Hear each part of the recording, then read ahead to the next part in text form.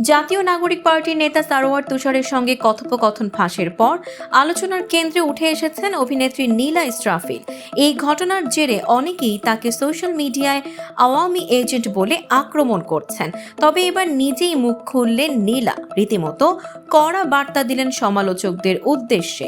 সম্প্রতি নিজের verified Facebook পেজে নীলা একটি পোস্টে লিখেছেন, যারা ভাবছেন আমি কারো এজেন্ট হয়ে কাজ করছি তাদের উদ্দেশ্যে বলছি, আমি নীলা ইসরাফিল একাই যথেষ্ট আমার জন্য। সাদাকে সাদা আর কালোকে কালো বলা আমার অভ্যেস।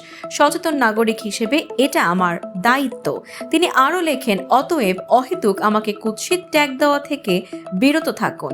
এরপর আরেকটি পোস্টে বিভিন্ন আইডি থেকে পাওয়া কুরুচিপূর্ণ মেসেজ ও গালাগালের স্ক্রিনশট প্রকাশ করেন নীলা। স্ক্রিনশটগুলোতে স্পষ্ট দেখা যাচ্ছে কতটা নিচে নেমে গিয়েছে অনলাইনের একটি অংশের আচরণ। এ প্রসঙ্গে নীলা বলেন, এটা হচ্ছে আমাদের সমাজ। আমাদের সমাজে তুই একা না, লক্ষ্য তুই এখনো বিদ্যমান।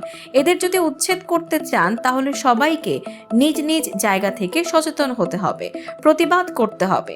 সবশেষে নীলা উল্লেখ করেন, চুপ থাকার যুগ আর নেই। এই বক্তব্যে নেটিজেনরা ভিন্ন ভিন্ন প্রতিক্রিয়া দিচ্ছেন। কেউ বলছেন এটাই একজন সচেতন নারীর সাহসী কণ্ঠস্বর, আবার কেউ প্রশ্ন তুলছেন তার উদ্দেশ্য নিয়েও। আপনার মতামত কমেন্টে জানান। সাবস্ক্রাইব করুন ইউটিউব চ্যানেল এবং ফলো করুন ফেসবুক পেজ CB24 TV।